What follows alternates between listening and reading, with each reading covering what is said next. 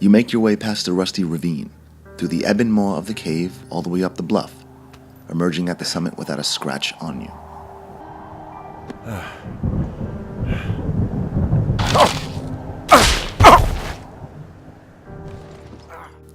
Well, almost without a scratch. You trudge towards the foot of your tower, solitary and sentry-like, only to find your typewriter on the ground.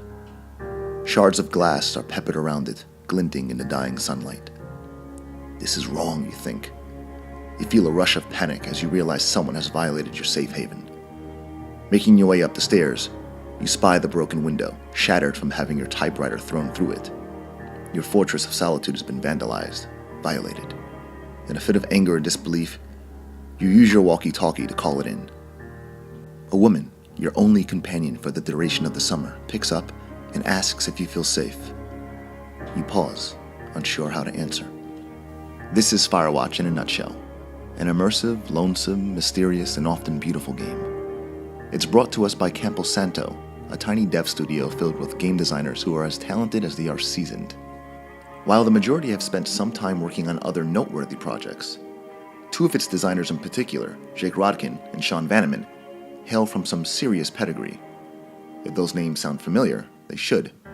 Both had worked on Telltale's incredible first season of the Walking Dead game, with Jake and Sean acting as co-designers and Sean penning the scripts to 3 of the 5 episodes of Season 1.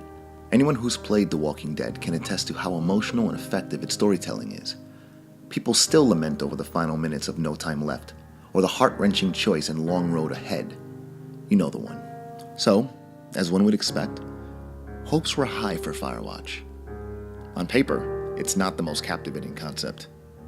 The player assumes the role of a man working at a fire lookout tower as, quote, something strange and mysterious happens, end quote. In the hands of a less capable studio, this could have been a dud. But Campo Santo are storytellers. They find drama in the mundane. And while things may start out mundane enough, they don't stay that way for long.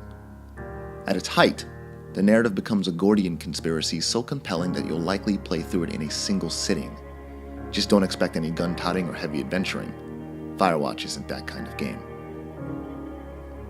It's a first-person exploration experience that's part open-world, part navigational puzzle.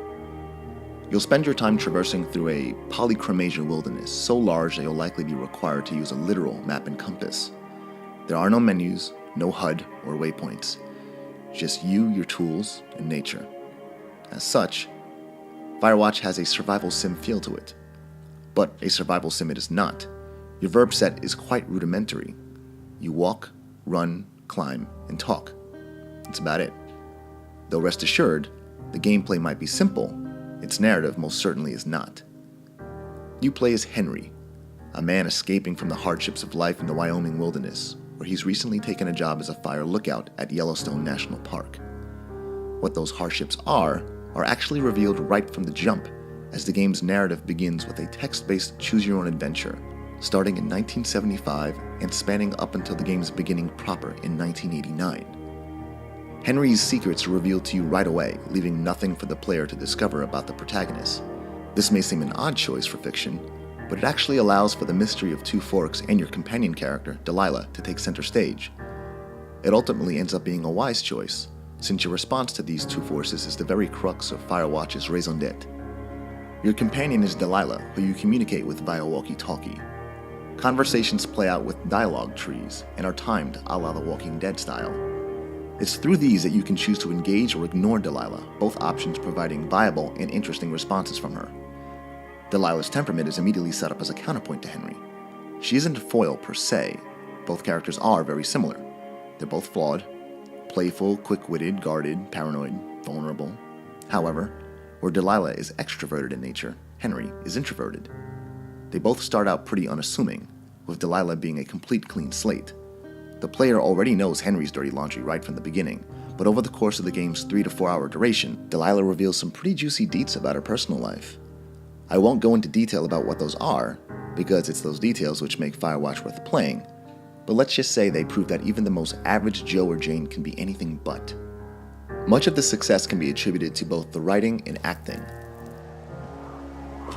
There's some guy out here giving me the creeps. The creeps? Wait, he's looking at you? Is he doing anything else? I don't think so. Henry, there's something someone should have told you about this area. What is it? It's outside. Come on. The whole thing. And people come and go as they please. It's madness. Yeah, okay, I get it. Vanamin's script oozes charm, empathy, and pathos, while Rich Sommer and Cissy Jones give spot-on performances that hit every note perfectly. Especially Jones, who delivers dynamic and subtle shifts in tone that actually make you question the authenticity of Delilah's motives. Factor in the wonderful art direction of Ollie Moss, and you've got one of the most arresting pieces of interactive fiction you'll ever play. The aesthetics serve to highlight the mood of the individual story beats. At many points in Firewatch, you'll likely find yourself stopping to bask at the wonderfully crafted vistas. During the day, temples of nature glow in color-saturated grandeur. Then, when the sun sets and the paranoia of the narrative begins to take hold, you'll find yourself slinking through thickets of claustrophobe, wary of something, anything, ready to pounce out at you from the darkness. Though there are instances of texture pop-in and draw-distance murkiness, it's an overall visual feast. Audio design is handled with just as much consideration. The soundscape is earthen. Howling wind, chirping birds, rustling leaves, they're all omnipresent, and are punctuated by the appropriately minimalistic compositions, courtesy of Chris Remo.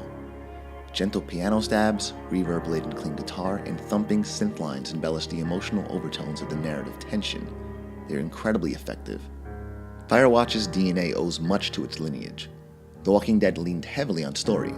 Yes, it might have rightfully indulged in blood and guts, but it knew player agency and character relationships were its heart.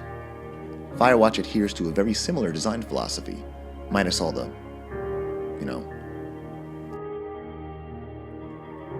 This allows Campo Santo to tell a very personal and human tale, one that focuses on feelings of insecurity, inadequacy, and loss in a very adult way. Death is a dime a dozen in video games. It's a simple carb, usually used to conjure easy feels and drama. You die, your teammates die, your friends die, your love interest dies, innocent bystanders die, the antagonist dies, the whole world dies. This is nothing new. But rare are the games that ask the player to consider the effects of disease and sickness, or the morality of abandoning the afflicted in favor of the self. While Firewatch doesn't place all of its focus on this, instead using it as a springboard for the rest of the story, it does feel refreshing to play a game that evokes real-world issues in its fiction. Instead, the game's central thrust is a mystery surrounding someone or someones hiding in the woods. It's not only an instantly appealing plot device, but a great way to build tension between Henry and Delilah. Depending on your choices, their relationship can become strained. The two may become paranoid and distrustful of each other. Out of fear of spoiling some of the game's most effective story beats, I'll stop here. Just know that Firewatch's mystery has an immense gravitational pull, and is executed very well, for the most part. Here within lies the biggest criticism of Firewatch, its much discussed, much lambasted, much defended ending. Being a spoiler-free review, I'll refrain from providing details. Taken at face value, the ending is unsatisfying in ways that don't even seem feasible, especially considering the game's 3-year development cycle. The conclusion to the mystery feels far-fetched, and asks the player to suspend disbelief way past the point of credulity. It oftentimes just feels silly. Worse, it feels expected in ways that you might guess halfway into the story, then dismiss as being too obvious. All the while, the conclusion to the personal story of Henry and Delilah feels rushed and undercooked. It's as if there was 45 minutes of additional content that had to be cut due to time constraints. It's kind of unbelievable. This next section will have spoilers in it, so if you are partial to that kind of thing, I recommend you stop the video, go play the game, and then come back when you are ready. Once again, spoilers abound. Should you choose to not take the ending at face value, then you'll likely have a lot of questions. Mainly, again, spoiler alert, whether or not Delilah was being honest with you. Whether or not she was aware that Ned was still in Two Forks. I honestly doubt she knew the fate of young Brian, but she likely played some role in protecting Ned. Now, there isn't much evidence in game to provide concrete answers. What little there is strictly interpretational, in the readings of her dialogue, in the tone of her voice, the queer stuttering, but she does tell you a bold-faced lie when she claims that she cannot see you while you're exploring Wapiti Station, because you can see her. And if you can see her, she most certainly can see you. Regardless of which interpretation you prefer, there are still plot holes to tarnish what should have been a masterful closing act. It shouldn't diminish your opinion of the hours leading up to it, though. The artistry and the heart is there. The game runs well, the acting is affecting, the script is top-notch. It's a great narrative experience. If nothing else, it's the best Forest Ranger game on the market. That's gotta count for something, right?